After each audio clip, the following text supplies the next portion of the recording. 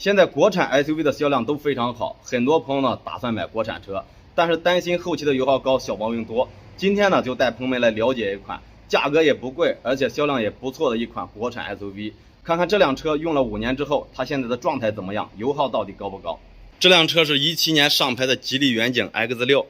这个车呢，因为外观还有空间非常不错，而且这个车价也比较便宜，落地不到10万块钱的 SUV， 所以它一直以来的销量呢是非常不错的。那这款车当年搭载的发动机呢是 1.3T 的涡轮增压发动机，它的最大功率呢有98千瓦，动力还是可以的。但是因为这款发动机呢，它是只有涡轮增压技术，没有缸内直喷技术。大家可以看这个地方，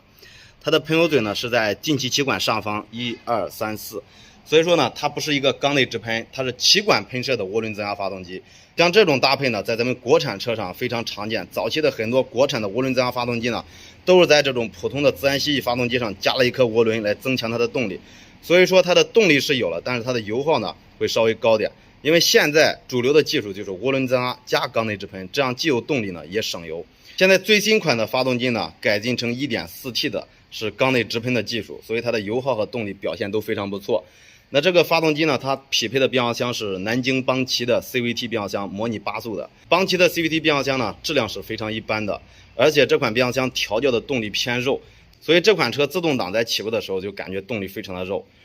这个车的表显油耗呢是大概8个油左右，但是据客户呢自己描述啊，他这个车实际的油耗算下来以后呢是不低于9升的。所以像这种发动机加上这种动力总成呢，它这个油耗还是偏高一点的。近些年咱们国产车的发动机质量稳定性还是非常可靠的。就比如说这台发动机，虽然它的油耗呢偏高，但这个发动机现在跑了8万公里，不漏油不漏水，而且也不烧机油，整体的状态非常良好，发动机上面非常的干爽。所以说这个发动机唯一的缺点啊，也就是油耗偏高，其他没有任何问题，还是非常皮实耐用的。要是像10年前很多咱们国产车啊，你跑个3、5年7、8万公里以后，别说发动机啊，就发动机上的外附件，像这些限速还有这种胶管之类的，摸上去啊都非常的硬，就已经变质了。所以说这个橡胶材质啊，现在也是有一个非常大的改进。而且从整个发动机舱的布局来看，现在的国产车呢，它整个发动机舱的布局呢都非常的合理，各个零配件设计的非常好拆装。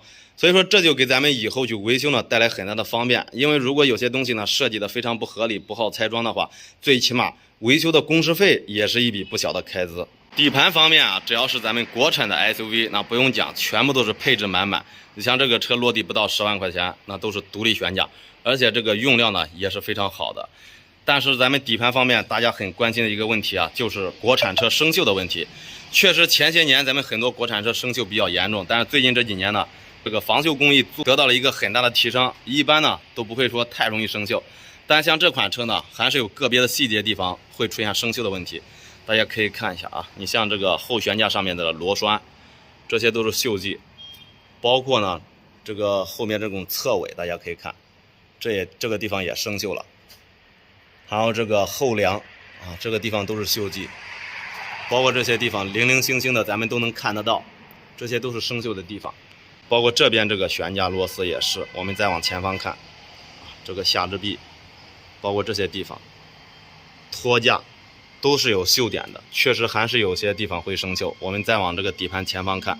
中间这个位置呢，它喷涂了有这个防锈装甲，所以说呢，咱们是看不到锈迹的。当然，在一些细节方面呢，也能看得出，还是会有这种